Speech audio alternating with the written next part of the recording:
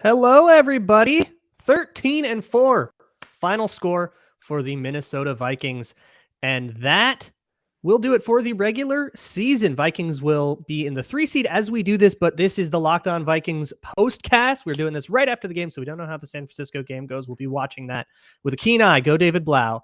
I am here with Luke Spinman, filling in for Sam Ekstrom on the Locked On Vikings postcast. We do these after every single game. So make sure you come over to the Locked On Minnesota Sports YouTube page and join us for a little bit of a recap. Obviously not the most exciting day of the season by any means, relatively meaningless. Vikings pull their starters by halftime. And that, I guess, is going to be the first question is, did the Vikings do this right, pulling their starters at halftime? Should they have played more, less? How do you feel, Luke? Yeah, I mean, look, it's so tough to get like a real in-depth, accurate player evaluation in a game like this. Obviously, you're hoping to get some more momentum heading into the playoffs with a win. We all wanted that. The offense did move the ball pretty well all day. I think they only punted one time, and that was yeah.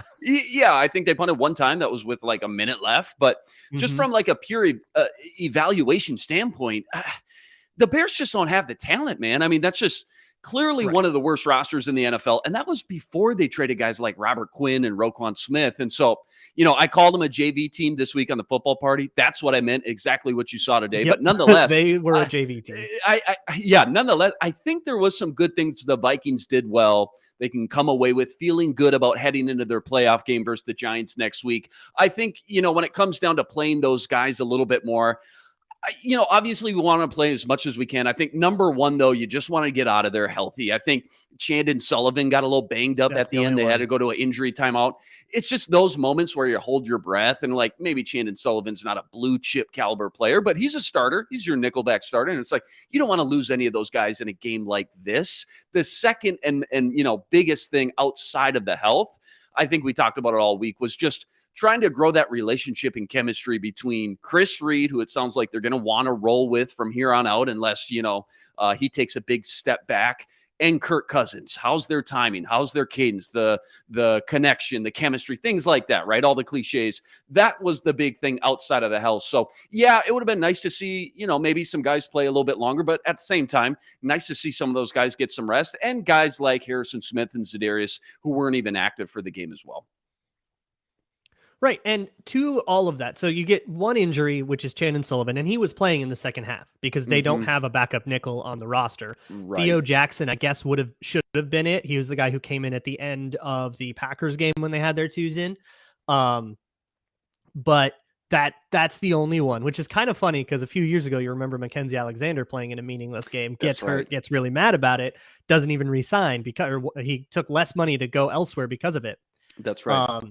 Yeah, so fun parallels, but well, hopefully Chandon Sullivan is okay. He ended up walking off the field under his own power. We'll see what it is. A little weird, friendly fire hit, the kind of thing that happens. And then to the point about Chris Reed, I thought Chris Reed did okay. I clocked one play where he did really bad. Was that the Armin Watts rush? Armin Watts, yeah, right at the beginning. Was that one? Yeah. I only clocked one bad play in the live watch last week too, and then it turned out that there were like 6. So great assault. Right. But no snap count issues with the ones. There was one false start on Oli Udoh. I didn't catch if that was a snap thing or if it was just Oli Udoh. But definitely feels like that problem is kind of put away now. They probably emphasized it and made a big deal of it. And you're going to have Chris Reed in. Chris Reed was also on the right side of a huge Alexander Madison highlight run where they just ran it. I think it was just duo, and they just double teamed somebody 15 yards down the field, and Alexander Madison kept pushing one of those soul snatching runs. Chris Reed right at the point of it. So love it. Yeah. I like you said, some space, get Irv Smith going a little bit. That's kind of what you want out of a game like this. And then of course to win, make San Francisco take the game seriously. You don't want them to be able to, now they can't pull their starters unless they take the 3 seed. Right. No, a lot of good points there. I was just going to touch on, I'm with you. I thought Chris Reed pretty dang solid for the most part. Gave up that one pressure, as you mentioned, to Watts, but overall, like complete 180 from what we saw last week. And that's all you wanted to see, the big thing, because, you know, that was the big question mark again, outside the health and everything else. Yeah, you get in some player evaluation standpoints, guys that we want to know about and see a little bit more tape and film going into the offseason from an evaluation for Kwesi and the coaches. But I thought Reed looked pretty solid for the most part. So that was super encouraging. And then just in general, taking a step back and looking at this game again, not the most dramatic, exciting game. Vikings fans have already got to see a couple of those, obviously, earlier in the year, the Colts game, the Bills game. This was not that type of week. We knew that going in. But when you look at a big picture, Vikings have been in plenty of games the past 8-10 years under Zimmer where the season has come down to the wire and you got to win an in situation. Nice to kind of be in this situation where you already know you're seeding for the most part, 98%. We'll see what San Francisco does. Of course, weirder things have happened. It just kicked off as we are recording. Okay, they did start. Okay. But, all in all, yeah, maybe not the most dramatic, fun, entertaining game, but kind of nice to be in that situation for once than where we usually are over those last 7-8 years under Zimmer, where it's like those last game or two, you got to win an in. So, yeah, it was nice from a player evaluation standpoint. But I thought, again, and we'll get into it, but I thought they did some good things specifically on offense. And I think this is the week where we've all spent a lot of time focusing on, the human element of football, especially for the backup types, the William Quenkus of the world who have a couple of highlight plays, get a special teams highlight play, earn his camp invite next year, that kind of thing. And on the flip side of it, Chris Boyd, who is still kind of, I believe he's a pending free agent, right? Yes. Getting beat a couple times, missing a tackle, giving up a first down, that kind of stuff doesn't affect the game. The Vikings still win by 2 scores, but that's something that is that's not the taste you want to leave in an evaluator's mouth in the last game of the season, right? Made a great special teams play though as a punt gunner though, so that'll help. So that's also the kind of stuff that a game like this really does, that does affect the Vikings, is you get a look at those guys and then just kind of, building some momentum for guys like Chris Reed and Irv Smith. But there are a few things that I do want to, I've got some gripes. All right. I've got some things that I'm not very happy about, but I'll get into those. But first, you can make games like this a little more interesting if you want with Bet Online. You could even run over right now, even though all of the afternoon games have kicked off. You could still run over right now to Bet Online and bet on them live. Bet on them after the first quarter, second quarter, bet on the next play, next drive, whatever. And of course, you can go bet on the Timberwolves or the Wild, who just came off of a completely insane game against the Sabres. You can go make all of those bets at Bet Online, where the game starts. And thank you so much to Bet Online for sponsoring this postcast. AJ Green just scored a breakaway touchdown against the Niners. Cardinals Stop up it. 7-zip. Let's go. Stop it. Let's go. This is going to age so funny for people who listen to this later. Like people who listen to the postcast like later tonight and who know the result. And it's of course so ironic and funny because we've spent all week convincing ourselves why the number 3 seed's actually better than the number 2 seed. Yeah, right. And we want the Giants. We match up better. We don't want to play the red hot Packers as the 2, whatever. And then sure enough, look at how excited we get, obviously, when the Cardinals get up 7-0. But a lot of game to play. Let's go. Yeah, let's go, baby. I love it. I want the Packers. They need to get shut up in US Bank Stadium. That would be great. That would be great. I'd feel so much better about any of those games when it's in the bank, in the backyard, at home. I feel a lot better about any of those matchups for sure. Right. And they just missed the extra point, so 6-0. But I've got some gripes with the Vikings. Yeah. Let me have it. Yep. Lay it on me. First off, you can't be Duke Shelley talking about a revenge game, going into this with the fire of fires, and then dog the tackle, not even grab at the ankles as Velus Jones jumps over you for an eventual touchdown, thinking he had stepped out of bounds. Play through the whistle, bro. Come on. And the same goes for Hicks and Hunter and Bynum and everybody else that looked like they kind of gave up on that play as Velus Jones streaked by them, tiptoeing down the end zone. That's the kind of stuff. We can't have Dalvin Cook fumbling in the playoffs, right? You can't have that kind of stuff. You can't have that clock debacle at the end of the half. The Vikings have been so good in those situations this year, but they let their clock run down to 25 seconds with 2 timeouts and essentially 2 plays left. I think that is absolutely the right amount of time. You got 2 timeouts anyways. You only have 2 downs. It's goal to go. Bears will never get the ball back, right? But checking down underneath in that situation after using those 2 timeouts, checking down underneath, not getting your fire drill out. You did not have enough time for a fire drill anyways. They take the points off the board. You got to just be aware that is not an acceptable thing to do. That's on Cousins. And Cousins there were 2 delay of game penalties. One seemed to be on the refs. They were really upset. They wanted him to pump up the play clock. And the other one, Kirk Cousins, I didn't hear a snap count. Now maybe they were doing something silent that I didn't know, but I didn't hear him say anything. And it's not like the Bears fans were exactly raucous enough to drown it out.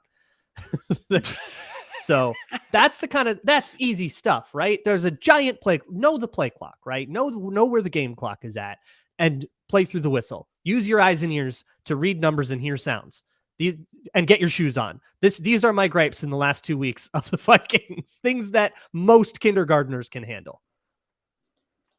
Yeah, no, you're right. And I mean, you hit it right on the head. That is their bread and butter. We talked to Blake Brandel a few weeks ago, maybe 5-6 weeks ago when he was on Superior Sports Talk. He said, we spend a chunk of every day on those situational, 2 minutes, not just the final 2 minute, but like before the half, just like the situation they were in, Luke. So that was certainly weird, little, uncharacteristic, inexcusable, not only on KOC's part, but Kirk and the entire play design itself. But I want to ask you, like, when you just take a step back and look at the plays, maybe the lack of aggression, a lot of run calls in there, which, makes sense, I guess. But do you think it was more KOC just wasn't showing anything, wasn't going to get into his bag of tricks, super, not much aggressiveness at all after that Thielen touchdown? He's going to want to let it rip next weekend. Or do you got a problem with some of the play calling down in the red zone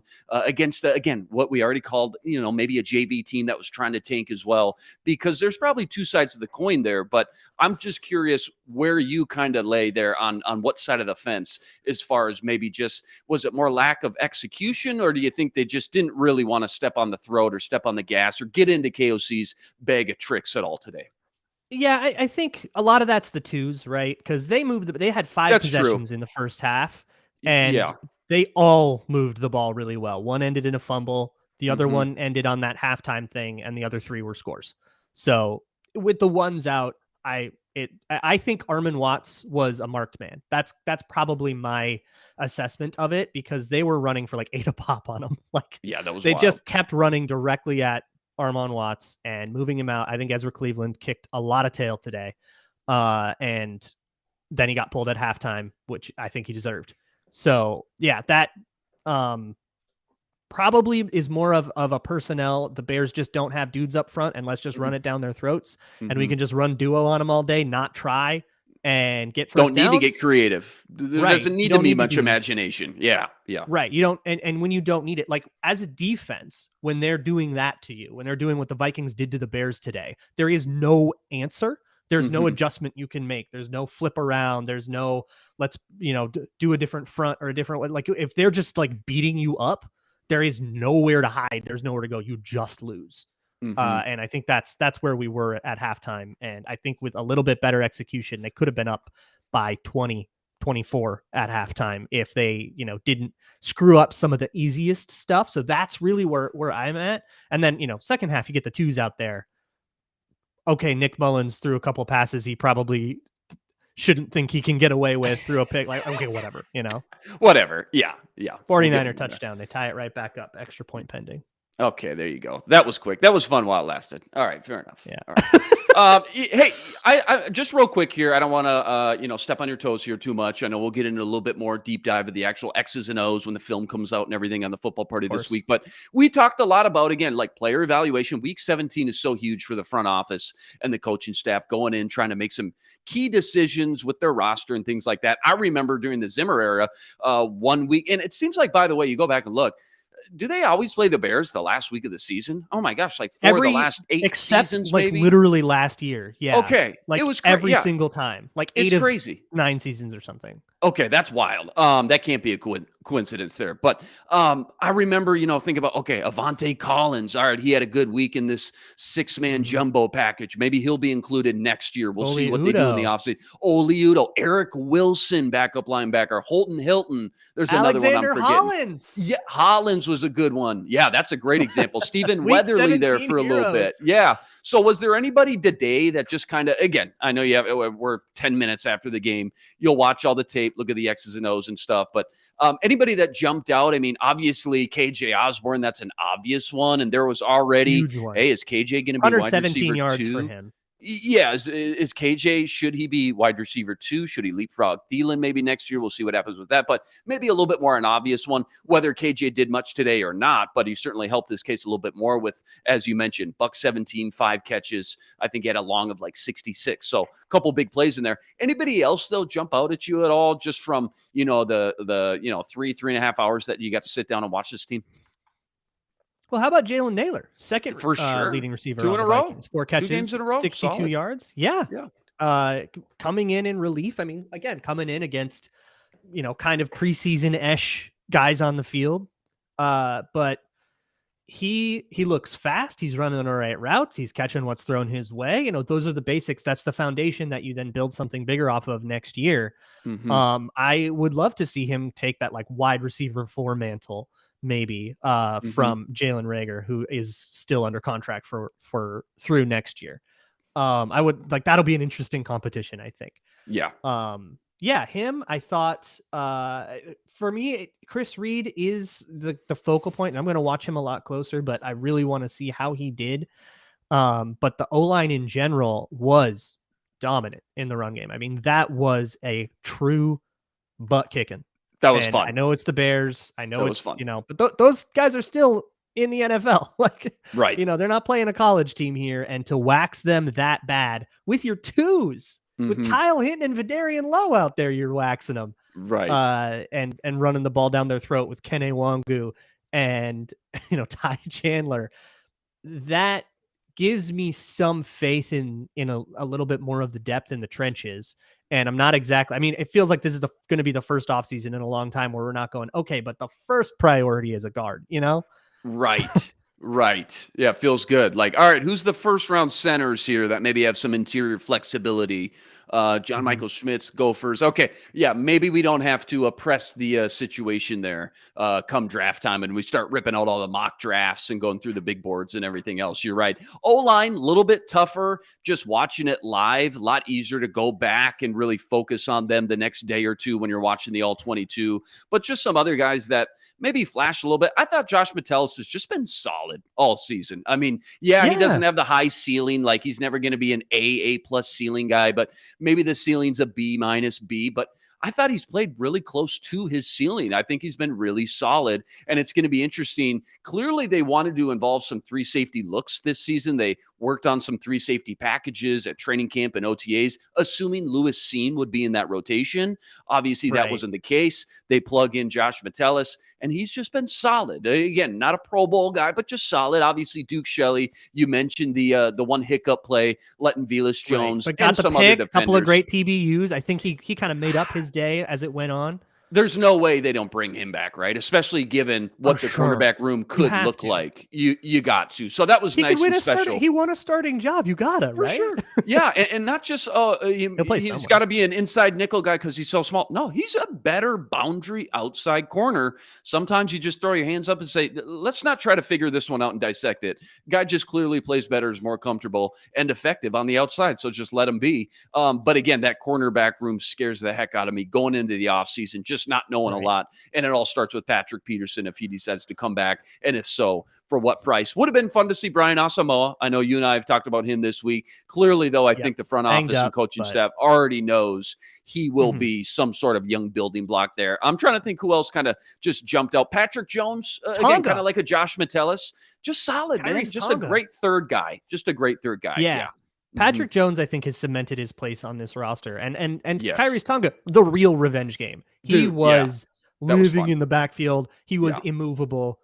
Kyrie's Tonga has had some games like that, and I think he I think has earned a chance to compete with like a Jonathan Bullard for a genuine starting role. Yeah, and when you look at the likely matchup next week, scoreboard watching right now, but versus the Giants, who obviously love to play physical at the line and love to run the ball, shoot 35, 40 times, Tonga could be tons of problems on that interior. Yeah. Tonga could be a key next week when you start to break down some of these games within the games. Nice to see him end his season on a high note there. And we don't know, obviously, the health of who is he filling in for? Blake Lynch, right? Blake Lynch. James Lynch. James Lynch. Sorry, James Lynch. So Tonga could be a factor there next week and be in that rotation with Harrison Phillips and Dalvin Tomlinson. Yeah, for We'll sure. see maybe Ross Blacklock's back in the mix. You mentioned Bullard. So there's guys there. Odamewo, he flashed. I think he had one tackle for a He had loss, big, or at least a big really good play. TFL. But yeah, I'm glad you mentioned Tonga there as well. Yeah. This is one of those games that you end up going back to a bunch of times in the offseason going, how was that guy in his one half? No kidding. Right. You end up watching this tape kind of more than you think you should, but we got all the time in the world to go back. For now, it's time to focus on the playoffs, focus on the maybe the Giants, if not whoever wins this 7 seed. So let's all get out of here and scoreboard watch. You can find me talking about what happens and where we end up on Locked On Vikings on Monday. You can find both me and Luke and Sam and Arif Hassan on the Minnesota Football Party on the Locked On Minnesota Sports channel as well. Thank you all so much for joining the final regular season postcast. We will find a way. Both Sam and I will be in the stadium for the playoff games, so we'll find a way to get in there. But for now, we'll see you all